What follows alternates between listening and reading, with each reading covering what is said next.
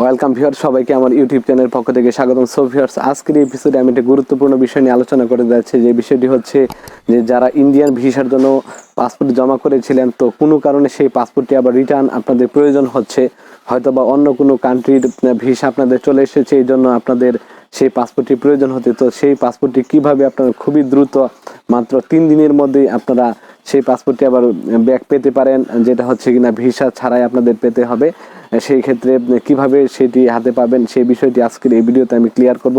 তো অনেকে কিন্তু অলরেডি আমাকে হোয়াটসঅ্যাপে নক করেছিল, তো আমি আজকের এই ভিডিওতে বিস্তারিত আলোচনা করব। আপনার ধৈর্য সহকারে আমার স্টেপগুলো ফলো করবেন। আমি অফিসিয়ালি তাদের যে স্টেপগুলো রয়েছে সেগুলো আলোচনা করব এবং অফিসিয়ালি সিস্টেমগুলো আপনাদেরকে পরিপূর্ণভাবে আলোচনা করব। ভিডিওটি অবশ্যই ধৈর্য সহকারে দেখবেন, তাহলে আমাকে আর হোয়াটসঅ্যাপে নক করতে হবে না, বা আমাকে আর কমেন্ট বা অন্য কোনোভাবেও আমাকে কিন্তু আর বিরক্ত করতে হবে না। জাস্ট আপনারা যেই কাজটি করবেন, ভিডিওটি সম্পূর্ণ ধৈর্য সহকারে দেখবেন এবং আমি যেইগুলো নিয়মগুলো বলে দেবো সেই নিয়মগুলো বা সেই স্টেপগুলো আপনারা ফলো করবেন, তাহলেই আপনারা সহজেই আপনাদের পাসপোর্টটি আপনাদের হাতে পাবেন।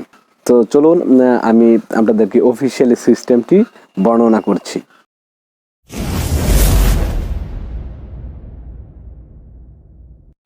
তো আপনাদের যে কাজটি করতে হবে, তো যারা ইন্ডিয়ান ভিসার জন্য পাসপোর্ট জমা করেছিলেন ইন্ডিয়ান এম্বাসিতে, তো তারা কিভাবে পাসপোর্টটি পাবেন, তো সেই সিস্টেমটি আমি এখন বলে দিচ্ছি আপনাদেরকে। তো ফার্স্টে কিন্তু আপনাদেরকে একটি অ্যাপ্লিকেশন করতে হবে যে আপনি কি কারণে আপনার পাসপোর্টটি আবার ব্যাক চাচ্ছেন। তো অনেকেই রয়েছে যাদের কিনা অন্যান্য কান্ট্রিতে যাওয়ার প্রসেসিং চলতেছিল, সেক্ষেত্রে ভিসা চলে এসেছে, তো এই জন্য আপনাদের প্রয়োজন পড়ে, বা অন্য কোনো যে কোনো কারণ হতে পারে। তো আপনারা যে কাজটি করবেন, আপনারা সেই যেই সেন্টারে বা যেই এম্বাসিতে আপনারা আপনাদের পাসপোর্টটি জমা করেছিলেন সেই সেন্টারে যাবেন, সেইখানে গিয়ে একটি অ্যাপ্লিকেশন করবেন যে আপনার পাসপোর্টটি শুধু ভিসা ছাড়াই আপনার পাসপোর্টটি প্রয়োজন, এখন ইমিডিয়েটলি যেন আপনার পাসপোর্টটি তারা আপনাকে ব্যাক দিয়ে দেয়। তো এরকম একটি অ্যাপ্লিকেশন, তাদের ফর্ম রয়েছে, অফিসিয়ালি ফর্ম। সেই ফর্মে গিয়ে আপনি আপনার কিছু তথ্য দিতে হবে, পার্সোনাল ইনফরমেশন এবং হয়তো বা পাসপোর্টের কিছু তথ্য দিতে হতে পারে। তো সেগুলো আপনার যে কাজটি করবেন, সেই ফর্মটি ফিল আপ করবেন, ফিল আপ করে নিচে একটি সাইন করবেন এবং কি কারণে আপনি পাসপোর্টটি ব্যাক চাচ্ছেন সেই বিষয়টি উল্লেখ করে দিবেন। করে তারপর আপনার সেখানে আবেদন করবেন। আবেদন করার পর আপনারা কি করবেন, কিছুদিন আপনাদের ওয়েট করতে হবে, সেটা হচ্ছে 3 দিন বা 4 দিন ওয়েট করতে হতে পারে, বা এরকম রয়েছে যে 1 সপ্তাহ ওয়েট করতে হতে পারে। তো আমি আপনাদেরকে এখন ইমিডিয়েটলি পাওয়ার জন্য যে প্রসেসটি রয়েছে সেই প্রসেসটি আলোচনা করব। তো এখানে রয়েছে যেরকম রয়েছে যমুনা ফিউচার পার্ক রয়েছে ঢাকা, তারপর রয়েছে চট্টগ্রাম, বা বিভিন্ন ধরনের বিভিন্ন জায়গায় কিন্তু ইন্ডিয়ান ভিসা যে সেন্টার রয়েছে, তো সেই সমস্ত সেন্টারে এক একটি কিন্তু আলাদা আলাদা জিমেল হয়ে থাকে। আবার তাদের যে হেল্প জিমেল, তো হেল্পের জন্য যে জিমেল রয়েছে হয়ে থাকে। তো তারপর হচ্ছে আবার কিছু অল বাংলাদেশের জন্য একটি হেল্প সেন্টারের একটি জিমেল রয়েছে। তো আমি ইন্ডিভিজুয়াল যে জিমেলগুলো রয়েছে, যেরকম ঢাকা, চট্টগ্রাম, এগুলোর আলাদা আলাদা জিমেল হয়ে থাকে। তো আপনারা যখন অ্যাপ্লিকেশনটি করবেন, অ্যাপ্লিকেশন করার পর তাদেরকে কিন্তু একটি জিমেল করতে হয়, মেল করতে হয় তাদের। তো তাদেরকে কিন্তু হেল্প যে মেলটি রয়েছে সেই মেলে কিন্তু একটি মেল করতে হয়। তো সেই মেলটি আপনারা উল্লেখ করে দিবেন যে আপনারা উইথাউট ভিসা ছাড়া আপনাদের পাসপোর্টটি প্রয়োজন হচ্ছে, কী কারণ প্রয়োজন হচ্ছে সেইটি লিখে তারপর আপনারা সেই ইমেইলে আপনাদের মেল করতে হবে। যখন আপনারা অ্যাপ্লিকেশন ফার্স্ট টাইম হচ্ছে আপনারা অ্যাপ্লিকেশন করবেন, আপনাদের ভিসা সেন্টারে গিয়ে অ্যাপ্লিকেশন করবেন, ইন্ডিয়ান ভিসা সেন্টারে গিয়ে।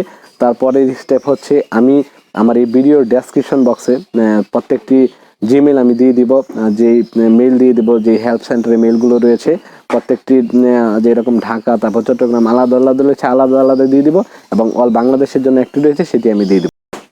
তো ভিডিও ডেসক্রিপশন থেকে সেই জিমেলটি কালেক্ট করবেন আপনারা। কালেক্ট করে সেই জিমেলের মধ্যে বা সেই হেল্প সেন্টারের মেইলের মধ্যে আপনারা মেল করবেন যে আপনাদের ভিসা ছাড়া আপনাদের পাসপোর্টটি প্রয়োজন হচ্ছে। তারপরে দেখবেন আপনাদের 24 ঘন্টা অথবা 48 ঘন্টার মধ্যে আপনাদের পাসপোর্টটি ভিসা সেন্টারে চলে আসবে এবং আপনাদের ফোনে মেসেজ আসবে।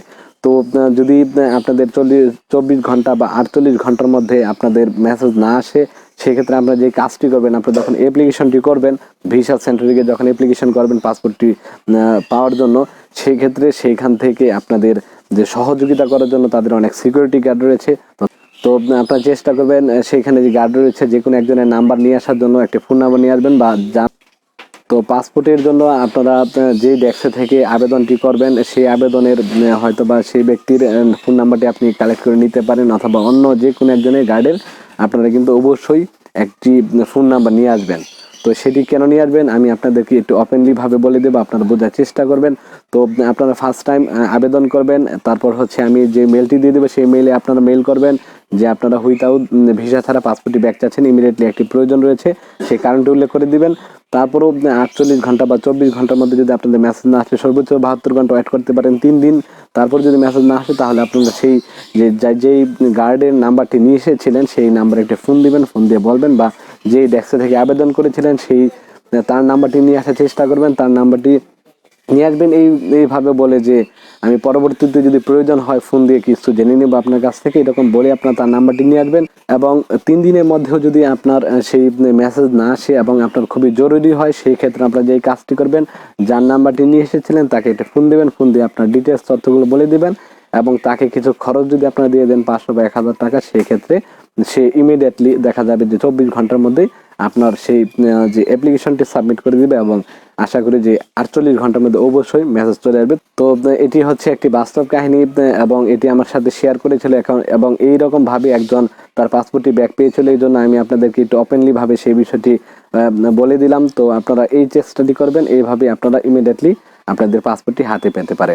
তো ভিডিওটি ভালো লাগলে অবশ্যই লাইক শেয়ার কমেন্ট করতে ভুলবেন, আর যারা নতুন রয়েছেন চ্যানেলটিকে সাবস্ক্রাইব করবেন। তো আজ এই পর্যন্তই, বাই বাই।